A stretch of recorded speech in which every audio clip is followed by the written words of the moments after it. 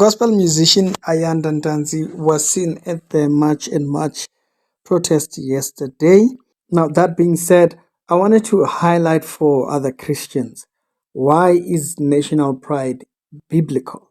And where do you see it in the Bible where it shows you the national pride is biblical? Today we made an episode where we were talking about these people that claim to be, some of them Christians, that said abolish borders. You know my position on that. You've already heard my position, particularly on the Pastor Chris whole thing. Where do I want you guys to note?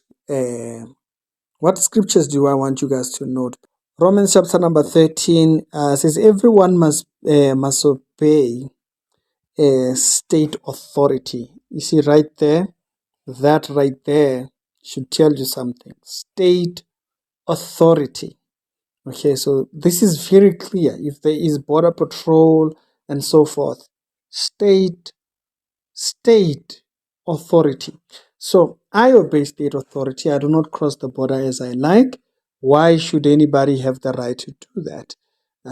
Whether disadvantaged or whatnot, the verse says to obey, because no authority exists without God's permission. Then it says, the pink area, and the existing authorities have been put there. They have been put there by God. So now you are directly opposed to them. Now, sometimes government can do things that are completely opposite to God. We all know our position pertaining that, right? But we must be clear about the authority that they hold, particularly about us as an individual country. This idea that has been sold to Africa that we are Africans. I'm South African first, okay? Yeah, I'm South African first. So don't try to sell me an idea. You don't hear white people say we are all white. They don't use language like that. That's very reckless. It's not how identities are formed. We are breaking laws that are there for protection of the people, but specifically in areas like this. Number 2, verse 2, whoever opposes the existing authorities opposes what God has ordered. So you see what I'm talking about right there. Now, bear in mind, we're not saying that government does not go out of hand. Government does go out of hand. But notice what the verse says. Existing authority, if you're opposing existing authorities, particularly on the basic things, okay? I'm not talking about laws and rules that are anti-God here. We're talking about things that are understandable. Borders. The same way you lock your house when you enter. Yeah, it makes clear sense. Why do you want us not to have borders? You're weird. It's weird. It's these people that are out there hating their own country. You have to see it for what it is. It is a state of hate of your own country. Opposing that, it's an opposition to God. Okay? Now, we're not saying be obedient to all kinds of crazy things. And anyone who does, hear this one, who does so will bring judgment on himself. What do you want? You want me to be under God's judgment? What's wrong with you? Okay? I have a duty to be in such a manner about my country. And then he says, for rulers are not to be feared by those who will do good. Notice, but those who do evil. If you are crossing the line, you have all reason to be afraid. The verse says to be very afraid. Afraid of those in authority, then do what is good, and they will praise you. Go and get your stamp, chief. Go and get your stamp. Go and get your papers. Yeah, I'm not being unloving. I'm not being unbiblical by saying that. Yeah, you do the good thing, they will praise you. But do not expect me to be in direct opposition, okay, to that, as we have stated in according to verse number 2 then. And then he says, because they are God's servants working for your own good. Now you want me to work for evil? No, now. The verse says they work for my good. Okay? So, border patrol is there for my good. But if you do evil, you are busy crossing borders and the wrong way, then be very afraid of them, because their power to punish is very real. Their power to punish is very real. Yeah, this one you won't feel it spiritually. It will touch you. No, that's not Ricky. That's a verse. You'll be shocked. There are Christians who don't know the verse exists. The verse says, because if you are doing evil, you are busy crossing the border wrongly. The Bible says you must be very afraid, because the power of those in authority is very real. It's not spiritual. It's not a discernment issue, my brother. It's a very real power. You will feel it.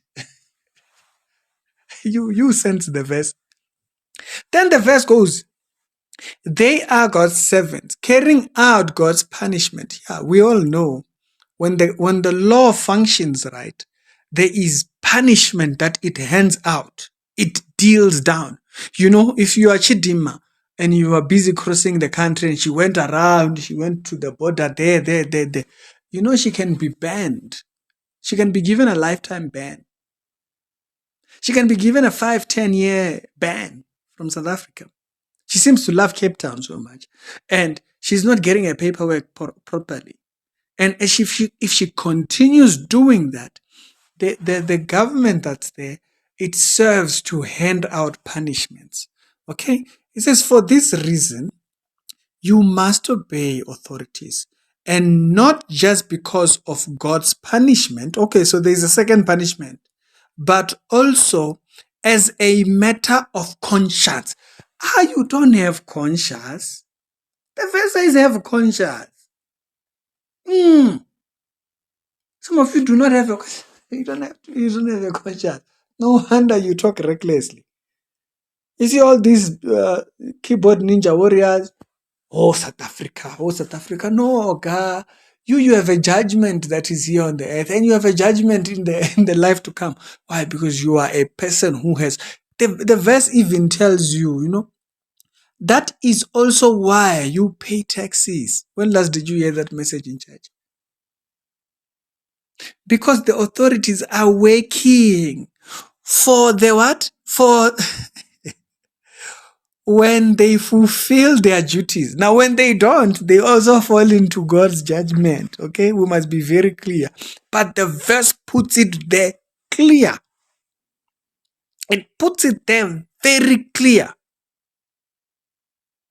Okay? Then it tells you, pay them. They pay then what you owe them. Okay? You can't be an illegal. When you are an illegal, there's no way you are paying. How I wish my video was on. I'm in the dark now. The lights decided to go off.